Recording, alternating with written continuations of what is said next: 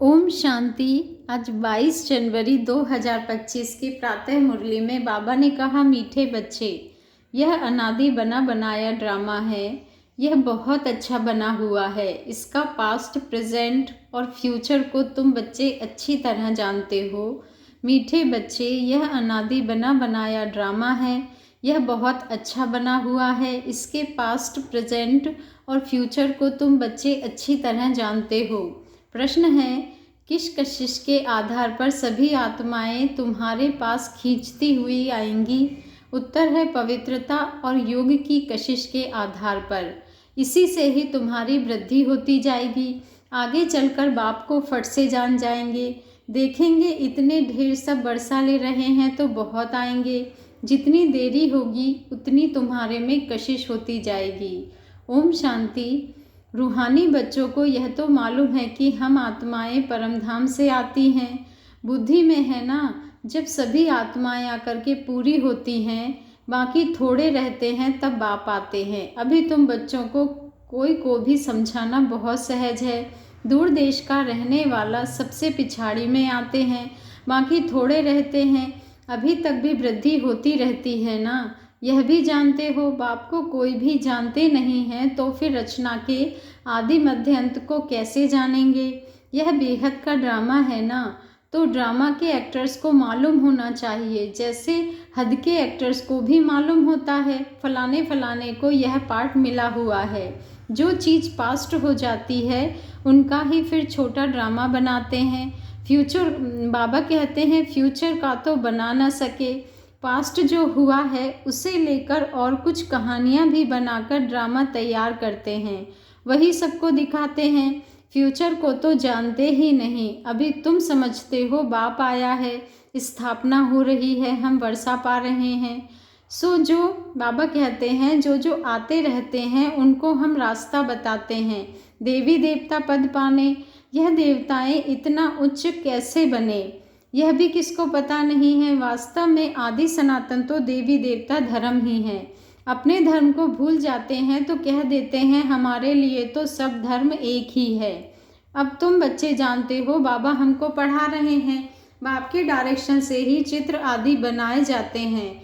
बाबा दिव्य दृष्टि से चित्र बनवाते थे, कोई तो फिर अपनी बुद्धि से भी बनाते हैं। बच्चों को यह भी समझाया है, यह जरूर लिखो, पाठधारी एक्टर्स तो हैं परंतु क्रिएटर, डायरेक्टर आदि को कोई नहीं जानते। बाप अब नए धर्म की स्थापना कर रहे हैं, पुराने से नई दुनिया बननी है, यह भी बुद्धि में रहना चाहिए।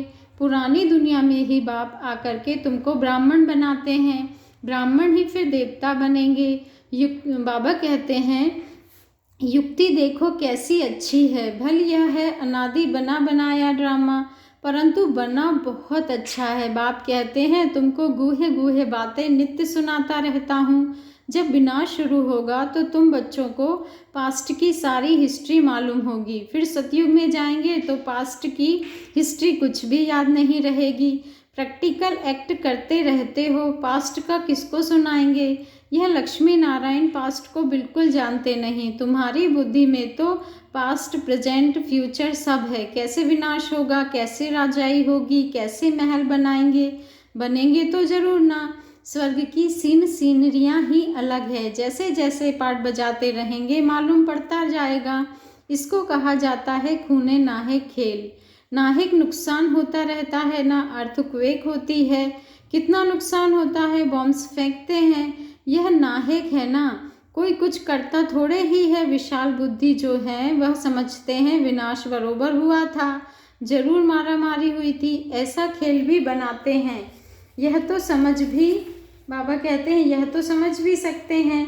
कोई समय किसकी बुद्धि में टच होता है। तुम तो प्रैक्टिकल में हो, तुम उस राजधानी के मालिक भी बनते हो। तुम जानते हो अभी उस नई दुनिया में चलना जरूर है। ब्राह्मण जो बनते हैं ब्रह्मा द्वारा या ब्रह्मा कुमार कुमारियों द्वारा नॉलेज लेते हैं तो वहाँ आ जाते हैं। रहते तो अपने गृहस्थ, बाबा कहते हैं, रहते तो अपने घर गृहस्थ में है ना। बहुतों को तो जान भी ना सको। सेंटर्स पर कितने आते हैं, इतने सब याद थोड़े ही रह सकते हैं। कितने ब्राह्मण हैं, वृद्धि होते होते अनगिनत हो जाएंगे।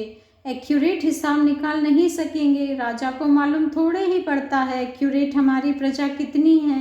भल आदमशुमारी आदि निकालते हैं फिर भी फर्क पड़ जाता है। अब तुम भी स्टूडेंट, यह भी स्टूडेंट है। सब भाइयों आत्माओं को याद करना है एक बाप को। छोटे बच्चों को भी सिखलाया जाता है बाबा बाबा कहो। यह भी तुम जानते हो आगे चलकर बाप को फट से जान जाएंगे। देखेंगे इतने ढेर सब वर्षा ले रहे हैं तो बहुत आएंगे। जितना देरी होगी उतना तुम्हारे में कशिश होती जाएगी। पवित्र बनने से कशिश होती है, जितना योग में रहेंगे उतना कशिश होगी।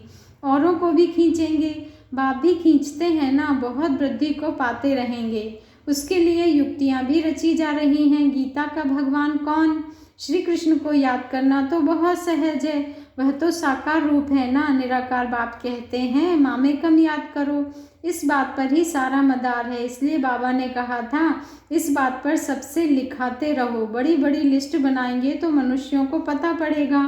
तुम ब्राह्मण जब पक्के निश्चय बुद्धि होंगे, झाड़ वृद्धि को पाता रहेगा, माया के तूफान भी पिछाड़ी तक चलेंगे। विजय पाली फिर ना पुरुषार्थ रहेगा ना माया रहेगी। याद में ही बहुत करके हारते हैं। जितना तुम योग में मजबूत रहेंगे उतना हारेंगे नहीं। यह राजधानी स्थापन हो रही है। बच्चों को निश्चय है हमारी राजाई होगी।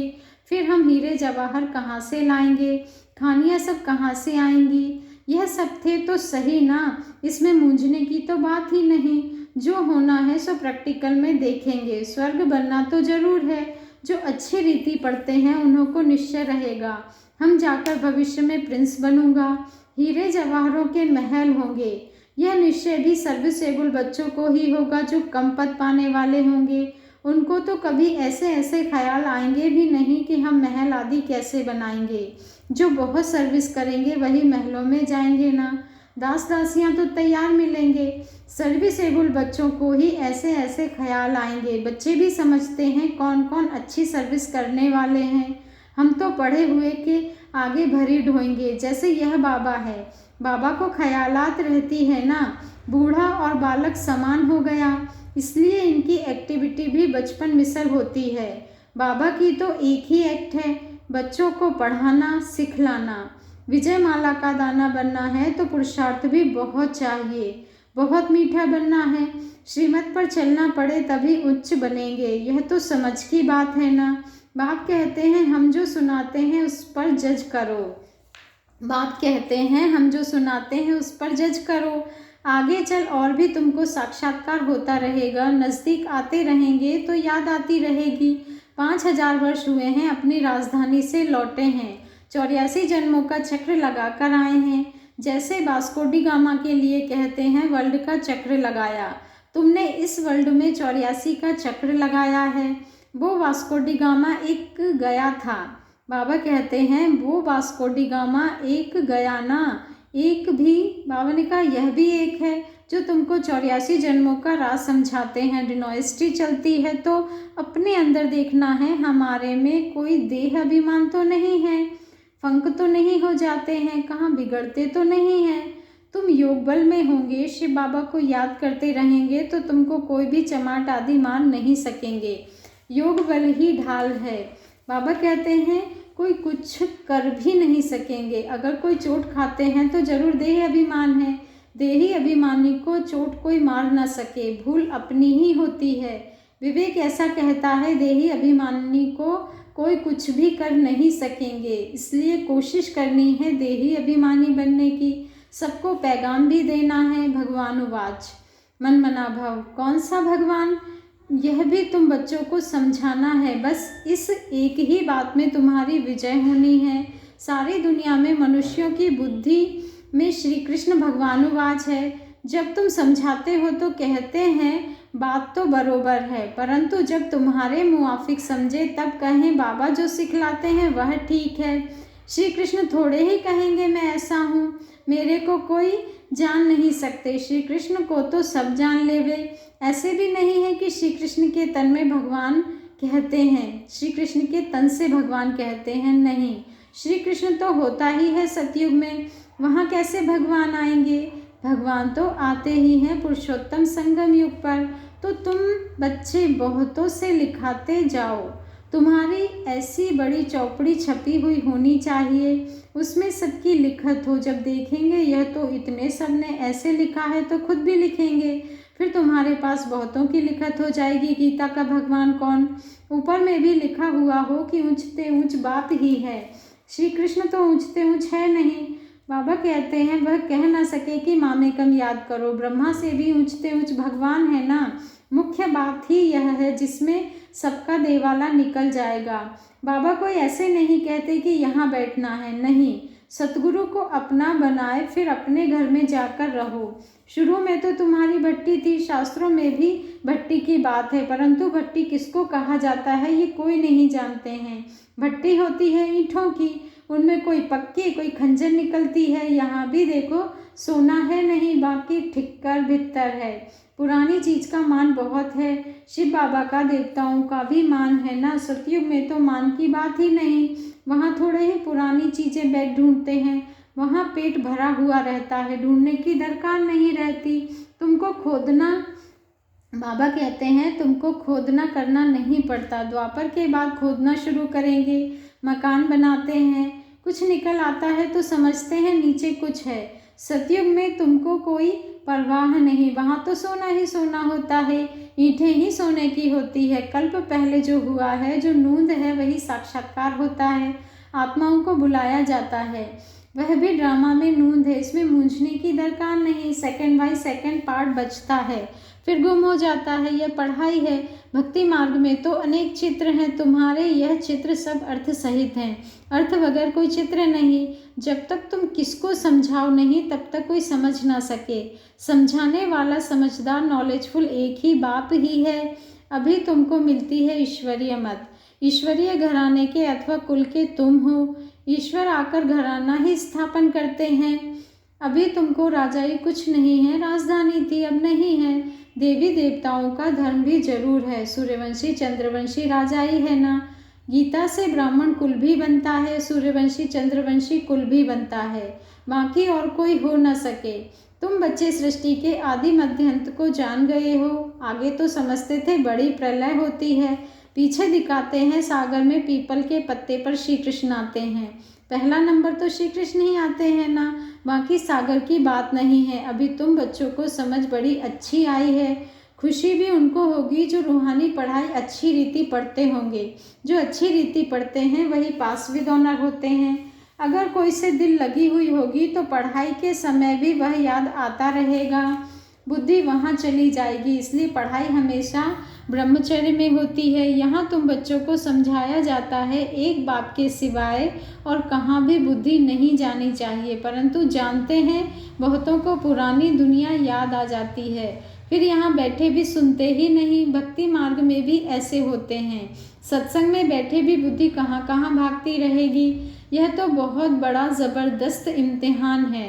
कोई तो जैसे बैठे हुए भी सुनते नहीं हैं। कई बच्चों को तो खुशी होती है, सामने खुशी में झूलते रहेंगे, सामने खुशी में झूलते रहेंगे।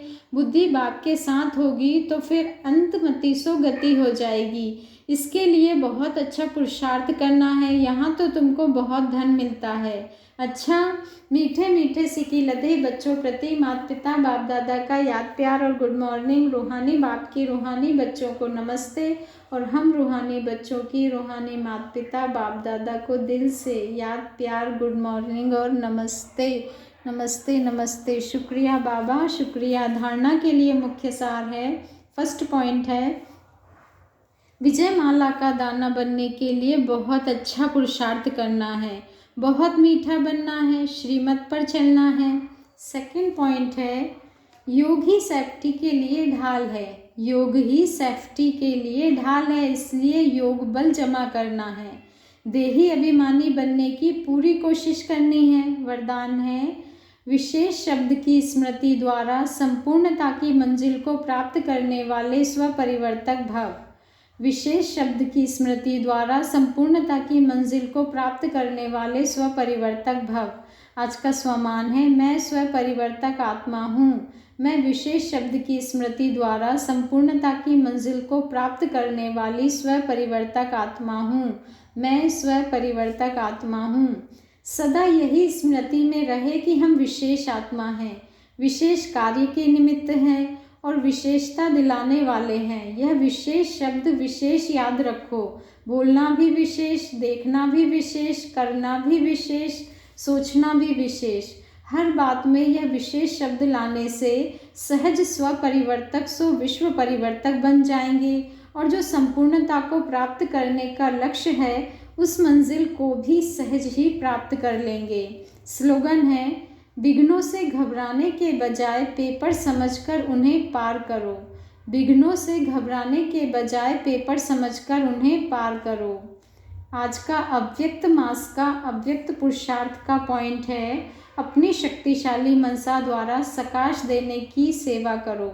अपनी शक्तिशाली मनसा द्वारा सकाश देने की सेवा करो। अपनी मनसा की क्वालिटी को बढ़ाओ तो क्वालिटी वाली आत्माएं समीप आएंगी।